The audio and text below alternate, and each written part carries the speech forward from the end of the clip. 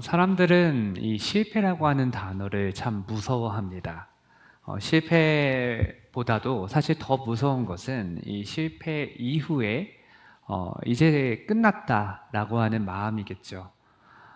또 혹은 내가 실패한 모습에 대해서 다른 사람들이 어떻게 볼까? 그 사람들의 시선 속에 이제 너는 더 이상 기회가 없어. 일어설 수 없어. 라고 하는 그 눈빛을 볼 때면 실패하고 난 다음에 우리들의 마음은 실패 때문이 아니라 다른 사람들의 시선, 또 우리 마음속에 들어온 일어날 수 없다라고 하는 절망감이 우리를 더욱 무너뜨리게 만듭니다. 최근 2026년 4월 30일에 연합뉴스에서 한 신문 기사가 보도되었는데요. 그 내용은 중소벤처기업진흥공단에서 재도전 기업을 돕기 위해 집단 멘토링 프로그램을 도입하겠다라고 하는 보도였습니다. 실패를 겪은 기업 대표들을 모아서 왜 실패를 하였는지, 실패를 하고 난 다음에 어떻게 또 다음 사업을 준비하고 있는지, 또 그것들을 나누면서 노무, 투자, 회계, 법무 이제 모든 분야의 전문가들을 모아서 그들을 다시 돕겠다, 도와서 재기하게 하겠다라고 하는 프로그램이에요. 세상도 아는 겁니다. 실패했다고 끝이 아니라는 것을요. 한 번 실패했다고 그 사람이 끝났다라고 이야기할 수는 없는 겁니다.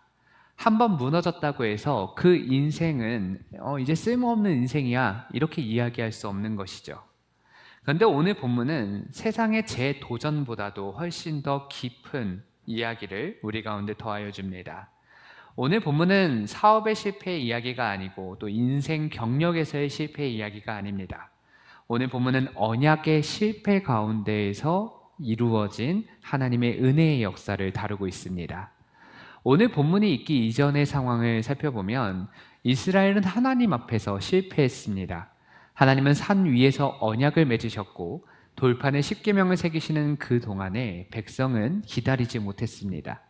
모세가 산에서 내려옴을 더딤을 보고 그들은 금송아지를 만들기를 시작했습니다. 그들은 자기 손으로 만든 우상 앞에 절했고 모세가 산에 내려왔을 때 모세의 두 손에는 돌판이 있었으나 십계명이 새겨진 돌판이 있었으나 그의 눈에는 우상을 섬기고 있는 이스라엘 백성들이 들어옵니다. 그리고 모세는 이 금송아지를 깨트릴 때에 그 두 손에 있는 돌판을 던져서 깨트림으로 금송아지를 숭배하고 있는 이스라엘에게 경각심을 더하여 주죠. 그때 하나님께서 주신 이 십계명 돌판이 깨집니다. 그런데 깨진 것이 돌판이었느냐? 사실은 이스라엘의 신앙이 깨진 것이고 예배가 깨어진 것이고 그들의 정체성이 깨어진 것이죠. 오늘 본문은 그렇게 모든 것이 깨어지고 언약적으로 실패했다라고 볼 수밖에 없었던 이스라엘 백성들의 그 사건 이후의 사건을 다루고 있습니다. 오늘 본문의 1절은 놀라운 말씀으로 시작합니다. 그때 여호와께서 내게 이르시기를 너는 처음과 같은 두 돌판을 다듬어 가지고 산에 올라 내게로 나아오고 또 나무개 하나를 만들라 라고 말씀하시죠. 하나님이 뭐라고 말씀하시느냐? 처음과 같은 두 돌판을 만들라 라고 말합니다. 하나님은 깨진 언약 앞에서 이제 너희는 끝났다, 너희와 나의 관계는 이제 끝난 것이다 라고 이야기하지 아니하십니다. 하나님은 처음과 같은 두 돌판을 준비하라 라고 말씀하시죠. 이게 바로 은혜입니다. 여러분, 은혜는요 내 마음을 편하게 만드는 게 은혜가 아니에요. 여러분들 예배 시간에 말씀이 선포되어지는 가운데 내 죄가 드러나면 아픕니다.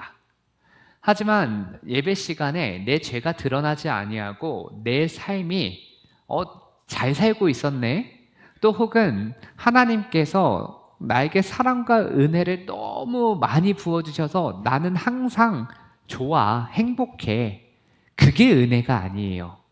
진짜 은혜는 무엇이냐면 내게 있는 깨어진 자리가 발견되는 게 은혜입니다. 은혜는 깨진 자리를 못 본 척하는 것도 아니고 죄를 가볍게 여기는 것도 아니고 죄 앞에서 눈 감는 게 은혜가 아니에요. 은혜는 하나님이 깨진 현실을 정확히 보시고도 다시 한번 우리에게 말씀하여 주시어서 너 그 자리 깨어져 있지? 그 깨어진 두 돌판 처음과 같이 만들어서 내게로 가져오라 라고 말씀하시는 게 그것이 은혜입니다. 이 말씀은 이스라엘에게 생명줄이 되었습니다. 이스라엘에게만 그러느냐? 아닙니다. 오늘 우리에게도 처음과 같이 두 돌판을 만들어 내게로 오라 라고 하는 말씀은 우리에게 생명줄이 되는 것이죠. 하나님은 모세에게 다시 돌판을 만들라고 말씀하십니다. 이렇게 생각해 볼까요?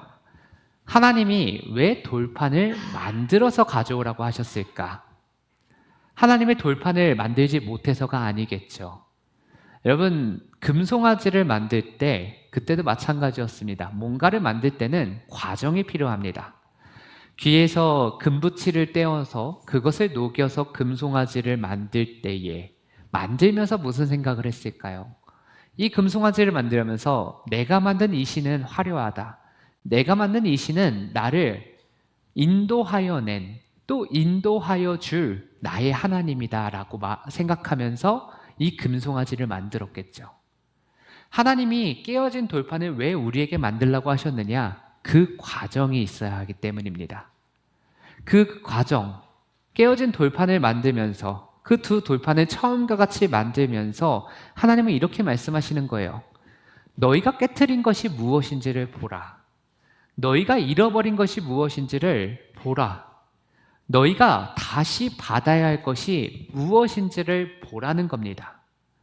깨어진 돌판을 만들면서 처음 우리에게 주어진 그 돌판에 담긴 하나님의 말씀을 기억하게 될 겁니다. 깨어진 돌판을 다시 처음과 같이 만들면서 하나님의 사랑과 하나님의 말씀을 그들의 심령 가운데 새기며 다시 만들었을 거예요. 죄는 덮는 게 아닙니다. 죄는 드러나는 겁니다. 깨트려져 있던 우리들의 상태, 깨어진 그 상태로 두는 것이 아니라 다시 돌판을 만들어내는 과정이 필요한 겁니다. 그것을 우리는 회개라고 이야기를 하죠. 인정하지 않는 실패는 회복으로 이어지지 않습니다. 깨진 줄 모르는 사람은 새 은혜를 구하지 않습니다. 깨어진 돌판이 내게 있음을 고백하는 사람이 깨어진 돌판이 처음과 같이 다른 돌판으로 채워지는 것을 경험할 수 있는 겁니다. 눈에 보이는 것을 하나님보다 더 의지한 죄, 기다리지 못한 죄, 내 힘으로 다시 설 수 있다고 착각했던 그 교만을 내려놓을 때, 그때 우리는 새로운 두 돌판을 준비하게 되는 것입니다. 새로운 두 돌판을 준비하면 그곳에 하나님의 말씀이 처음과 같이 새겨집니다. 깨어진 두 돌판을 처음과 같이 준비할 때 그 자리가 은혜로 채워지게 되는 것이죠. 하나님은 처음과 같은 두 돌판을 다듬어 가지고 산에 올라 내게로 나아오라 라고 말씀하십니다. 두 돌판을 만든다고 해서 끝이 아닙니다. 두 돌판을 준비하면 주님께로 돌아와야 됩니다. 주님께로 나아가야 합니다. 그래서 모세는 그 말씀에 순종하여서 3절에 보면 내가 조각목으로 궤를 만들고 처음 것과 같은 돌판 둘을 다듬어 손에 들고 산에 오르메라고 말을 합니다. 여기서 다시 중요한 말이 나오죠. 처음 것과 같은 돌판 둘. 앞서서 1절에도 처음과 같은 두 돌판이 이야기가 되어졌고 그 말씀에 정확하게 그리고 즉각적으로 순종하여서 모세는 처음 것과 같은 돌판 둘을 준비합니다. 왜 처음 것, 이 처음 것을 강조하였느냐? 왜 다른 상황인데, 다른 상황 속에 처음과 같은 것을 강조하였느냐? 그 이유는 분명합니다. 하나님의 말씀은 변하지 않기 때문입니다. 우리들의 삶이 바뀌고 우리의 상황이 달라진다 할지라도 하나님은 변하시지 않는 분이시기 때문이에요. 백성들은 상황에 따라 흔들립니다. 백성들은 모세가 더디게 내려오면 더디 내려옴을 기다리지 못합니다. 백성들은 위기를 맞으면 무너집니다. 그러나 하나님은 변하시지 아니하십니다. 하나님의 생각, 하나님의 마음은 변하시지 아니하신다라고 하는 그 마음을, 그 생각을 우리 가운데 보여주시는 것이죠. 이스라엘이 실패했다고 해서 하나님은 말씀을 폐하지 아니하십니다. 이스라엘이 죄를 지었다고 해서 하나님이 처음과 다른 말씀을 우리 가운데 주시지 아니하세요. 이스라엘이 언약을 깨트렸다고 해서 하나님이 맺으신 언약을 철회하지 아니하십니다. 처음과 같은 그 모습 그대로 우리를 사랑하시고 처음과 같은 그 모습 그대로 우리에게 언약을 맺으시는 분이 바로 하나님이신 것이죠. 4절에서 보면 여호와께서 그 총회의 날에 산 위 불 가운데에서 너희에게 이르신 십계명을 처음과 같이 그 판에 쓰시고 그것을 내게 주시기로라고 말씀하십니다. 여기서도 또한 처음과 같이라고 하는 말이 반복되어져서 나옵니다. 하나님은 처음과 같이 말씀하십니다. 처음과 같이 이스라엘 백성들을 부르십니다. 여러분, 이 처음과 같이라는 것, 이스라엘 백성들에게 처음은 무엇이었을까요?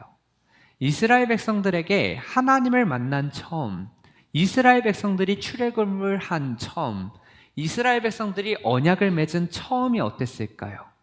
그때는 단 한순간도 이스라엘의 선택, 이스라엘의 결정은 없었습니다. 처음은 항상 하나님이셨어요.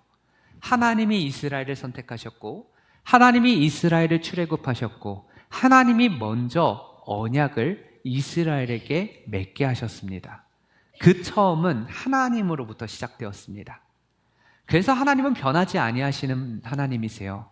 언약을 하나님으로부터 시작하셨으니 이스라엘 백성들의 상황이 달라진다 할지라도 변하지 아니하시고 이스라엘을 사랑하셔서 이스라엘에게 죄 가운데 있는 이스라엘을 그대로 두시는 분이 아니라 회복시키시는 분, 그렇게 언약을 맺으셔서 생명의 길로 인도하시는 분이 바로 하나님이십니다. 그래서 여러분, 십계명은 차가운 법조문이 아닙니다. 여러분 혹시 십계명 외우시나요?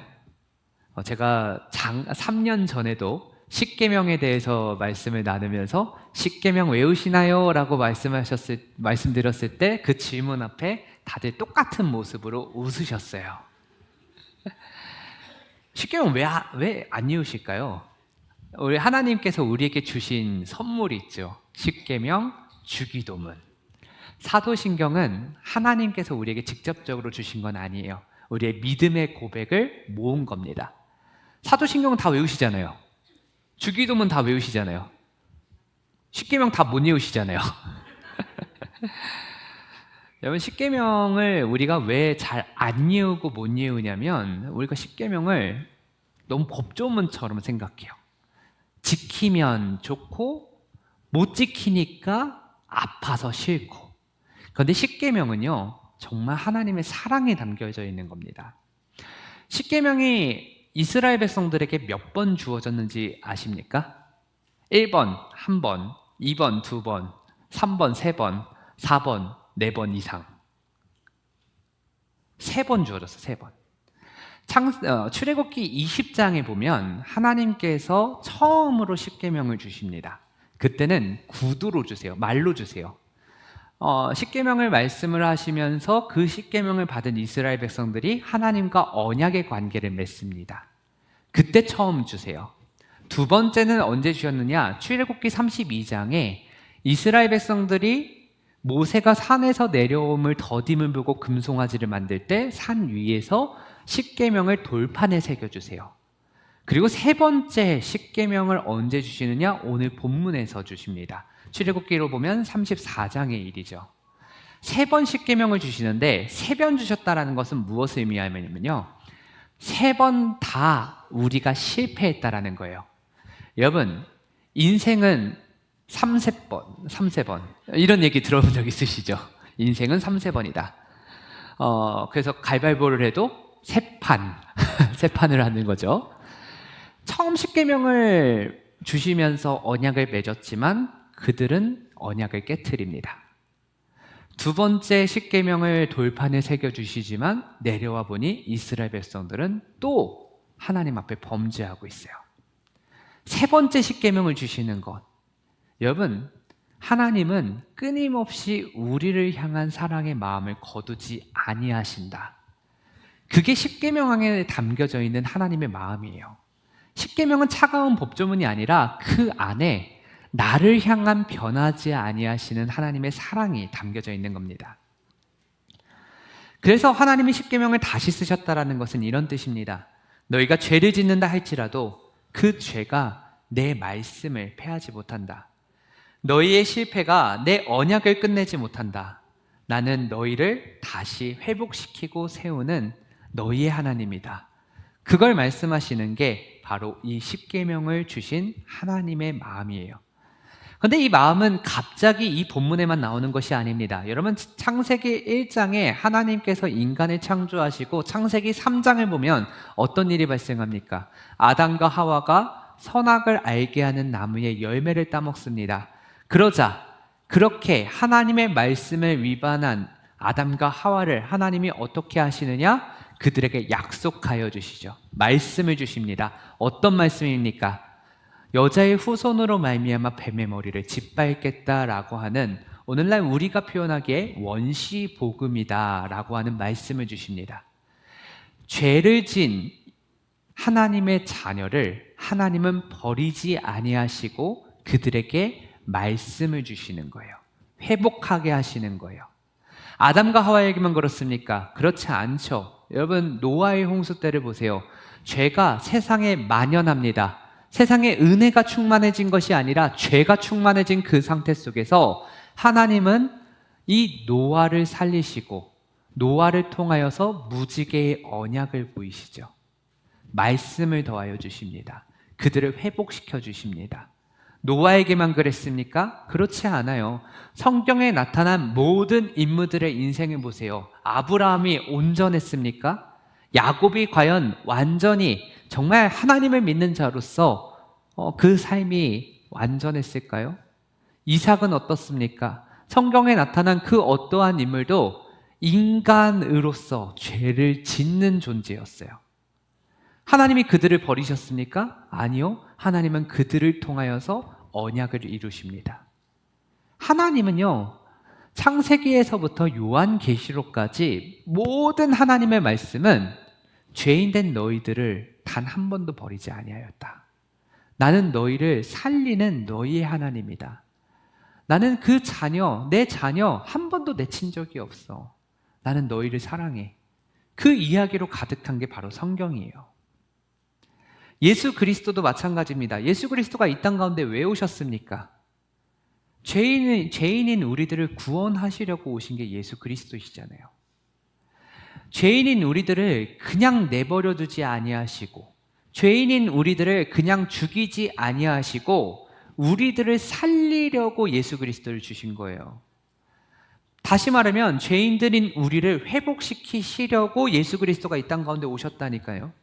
성경에 있는 모든 얘기는 죄인인 우리들을 살리기 위한 하나님의 구원의 역사, 구원의 이야기예요. 모세는 깨진 돌판을 들고 다시 산에 올라갔습니다. 그리고 그 돌판에 하나님의 말씀이 새겨집니다.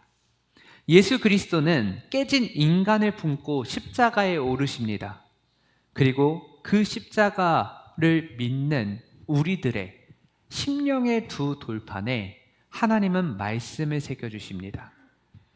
예레미야 31장 33절에 예수 그리스도의 십자가를 믿는 자들을 향하여서 이렇게 예언합니다.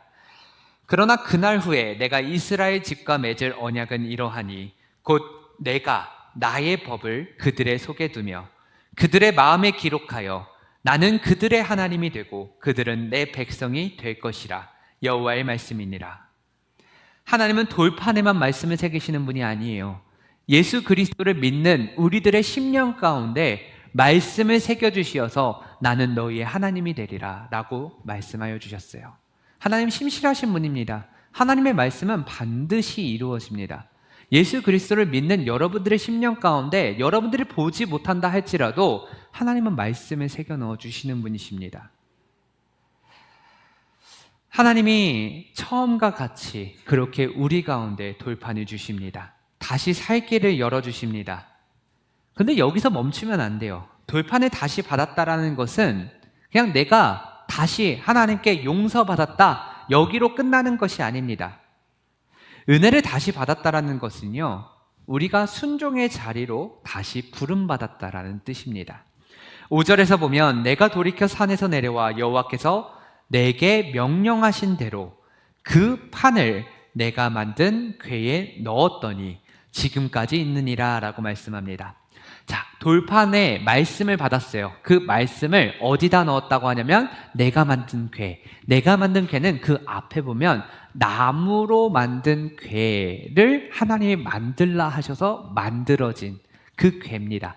그 궤 안에 말씀을 둡니다. 그 궤를 우리가 뭐라고 표현하냐면 언약궤라고 표현하죠. 그 언약궤는 이스라엘 백성들이 어디를 가든지 그 이스라엘 백성들이 가는 무리의 중심에 있었던 게 언약궤였습니다.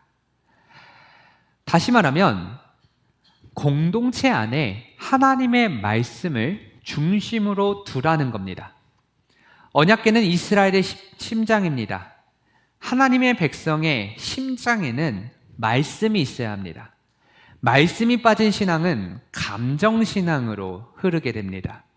말씀이 빠진 예배는 자기만족으로 흐르게 됩니다. 말씀이 빠진 공동체는 사람의 목소리로 흔들리게 됩니다. 이스라엘이 금송아지를 만든 이유도 마찬가지였어요. 이들에게 말씀이 주어지지 않아서가 아닙니다. 출애굽기 20장에 이미 하나님이 말씀하여 주셨지만 그들의 머릿속에 말씀이 떠났기 때문에 금송아지를 만든 거예요. 여러분, 죄는요, 인간의 욕망에서부터 죄가 장성하여지고 그 죄 때문에 인간이 죽습니다.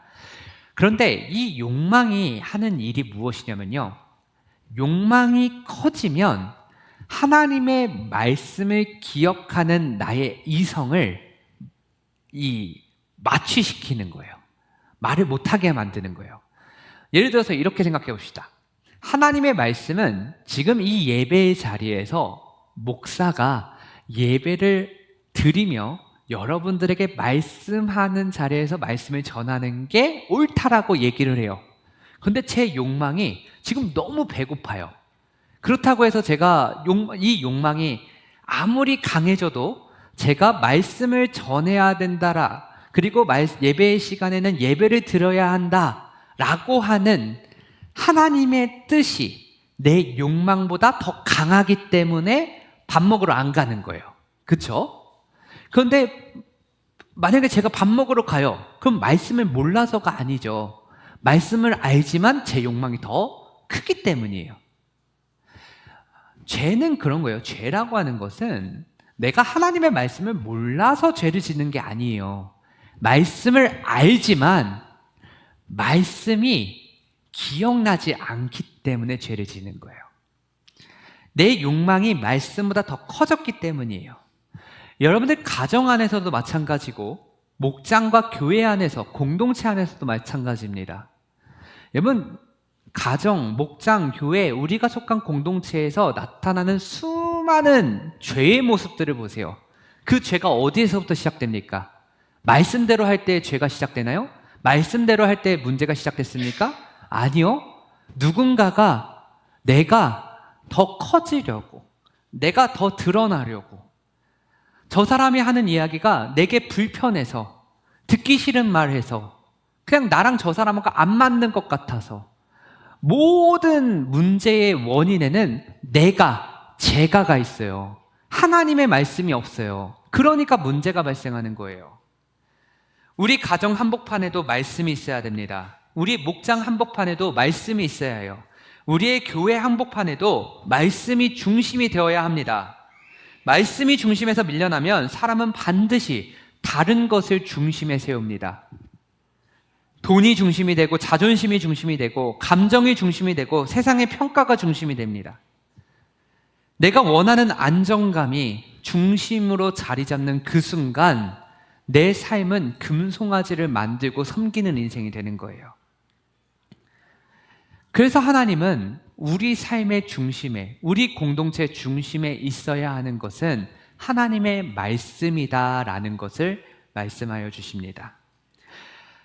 그냥 말씀만 더하여 주시느냐? 그렇지 않습니다. 우리 8절에 보면 그때 여호와께서 레위 지파를 구별하여 여호와의 언약궤를 매게 하시며 여호와 앞에 서서 그를 섬기며 또 여호와의 이름으로 축복하게 하셨고 그 일은 오늘까지 이르느니라 라고 말씀하고 계십니다. 하나님은 여기서 레위 지파를 세우세요. 레위 지파. 레위 지파를 세우셔서 그들에게 언약궤를 매게 하시고요. 하나님 앞에 서게 하시고 하나님을 섬기게 하십니다. 하나님의 이름으로 백성들을 축복하게 하십니다. 여러분, 이게 교회의 역할입니다. 여러분, 여러분들께서 죄인으로서 살아가다가 하나님의 말씀과 은혜 앞에 다시 서요. 그리고 나서 우리는 또 어떻게 되죠? 또 죄를 짓습니다. 그리고 또 서요. 또 죄를 지어요. 그러면서 우리는 뭐라고 얘기합니까? 인간이라 그래. 나는 죄를 지을 수밖에 없는 존재야. 여러분, 하나님은 거기서 멈추기를 원하시지 아니하시는 분이에요. 하나님은 나를 구원하실 때, 야, 내가 너 진짜 끝까지 사랑한다? 죄 지어도 돼? 가 아니라, 너가 죄인이지만 내가 너희를 끝까지 사랑한다? 그러니까 너희들 거룩한 삶을 살아. 제발 거룩한 삶을 살아. 그게 하나님께서 말씀하시는 하나님의 뜻이에요. 나에게 죄가 있어서 나를 구원하시고, 그리고 여전히 죄를 가운데 있지만 나를 용서하시고 은혜 주시고 하시는 그 이유, 그리고 거기서 멈추지 아니하시고 레위 지파를 허락하여 주신 이유는 내가 주 안에서 거룩을 유지하게 하시려고, 다시 죄의 길로 돌아가는 게 하나님의 뜻이 아니라 죄의 길과는 다른 하나님이 기뻐하시는 길을 걷게 하시려고 레위 지파를 두시고 교회를 주신 거예요. 교회는 여러분들 안에 새겨진 하나님의 말씀을 계속하여서 기억나게 하는 곳이 바로 교회입니다. 교회는 여러분들에게 새겨진 하나님의 언약이 계속 작동할 수 있도록 여러분들을 훈련시키는 곳이 교회예요. 예배의 자리가 회복하게 되고, 여러분은 교제가 회복하게 되고, 그 모든 일의 중심에는 하나님의 말씀이 있고 그 말씀이 작동하게 만드는 곳이 바로 교회라는 거예요. 하나님이 다시 기회를 주셨다면 우리는 그 기회를 가볍게 여기면 안 됩니다. 하나님이 용서하셨으니 이제 괜찮다 하고 예전 자리로 돌아가는 것이 구원받은 자의 삶이 아니에요. 용서는 방종의 허락이 아닙니다. 용서는 새 순종의 출발입니다. 은혜는 죄를 반복할 수 있는 핑곗거리가 아니에요. 은혜는 죄에서부터 돌아서서, 죄에서부터 멀어져서 거룩한 삶을 유지할 수 있는 하나님이 주신 능력입니다. 사랑하는 성도 여러분, 오늘 말씀의 핵심은 분명합니다. 은혜는 깨진 자리에서 우리를 다시 부릅니다. 말씀은 처음과 같이 우리를 다시 세웁니다. 이스라엘은 실패했습니다. 기다림에 실패했고 예배에 실패했고 우상 앞에서 무너져서 실패한 것처럼 보였어요. 그러나 하나님은 그들을 버리지 않습니다. 하나님은 모세에게 말씀하십니다. 처음과 같은 두 돌판을 다듬어 산으로 올라오라. 내게로 나아오라. 이 한 문장 가운데 복음이 있습니다. 하나님은 여러분들 버리지 않습니다. 그런데 여러분들 거기에 만족하시면 안 됩니다. 하나님은 두 돌판을 만들어 내게로 나아오라 라고 말씀하시는 거예요. 회개하여서 두 돌판을, 내 마음에 있는 그 두 돌판을 하나님께로 다시 가져와야 그 자리에 은혜가 생기는 겁니다. 회개하는 죄인, 회개하는 하나님의 자녀들, 그들을 버리지 아니하시는 거예요. 회개하지 아니하면 나는 하나님의 자녀인 척하는 자입니다. 회개하지 아니하면 나는 그냥 예수를 믿는 척하는 사람일 뿐이에요. 오늘 우리는 어디에 서 있습니까? 여러분은 온전한 신앙인의 삶을 살아가고 계십니까? 깨진 돌판 앞에 서 있지는 않습니까? 후회 앞에 서 있지는 않습니까? 반복된 죄 앞에 서 계시지는 않습니까? 무너진 결단 앞에 서 계시지는 않으세요? 회개하는 여러분들의 심령 가운데 하나님은 다시 말씀하고 계십니다. 처음처럼 온전하게 하나님의 말씀을 다시 새기고 계시고 새기기를 원하시는 분이에요. 그리고 그 회복의 절정에는 예수 그리스도가 계십니다. 예수님은 우리의 깨진 언약을 짊어지셨습니다. 예수님은 우리가 깨트린 말씀의 죗값을 십자가에서 담당하셨습니다. 예수님은 자기 피로 새 언약을 세우셨습니다. 예수님은 그분의 피로 우리의 마음에 하나님의 언약의 말씀을 새겨 넣어주시는 분이십니다. 그래서 여러분, 예수님께로 돌아오셔야 됩니다. 예수님 믿으셔야 됩니다. 예수님 말고는 우리가 하나님을 내 아버지라 부를 수 있는, 하나님의 자녀가 될 수 있는 길은 예수님 뿐이에요. 예수님 말고는 아무 길도 우리에게 주시지 아니하셨어요. 이번 한 주 여러분들의 입술 가운데 이런 고백이 있기를 바랍니다. 주님, 다시 말씀 앞에 서기를 원합니다. 주님, 내가 깨어진 자리 가운데 있었습니다. 주님, 정말 주님 말씀 아니고서는 나는 회복될 수 없습니다. 이 고백 가운데 주님 앞에 나오면 주님은 반드시 여러분들의 상한 심령을 회복시켜 주실 겁니다. 주님 앞에 나오면 주님은 광야의 발걸음을 밝히 보여주시는 분이십니다. 그래서 오늘 말씀 앞에 여러분 다시 서시기를 바랍니다. 오늘 다시 시작하셔야 됩니다. 내일 하겠다, 나중에 하겠다가 아니라 지금 결단하셔야 됩니다. 예수 그리스도께로 돌아오시기를 바랍니다. 하나님이 처음과 같이 우리를 부르실 때 우리도 처음 사랑과 새 순종으로 주님께 응답하여 주님이 열어주시는 생명의 길, 회복의 길, 참 구원의 길을 걸으시기를 바랍니다. 그런 복된 성도들 다 되시기를 주님의 이름으로 간절히 축원합니다.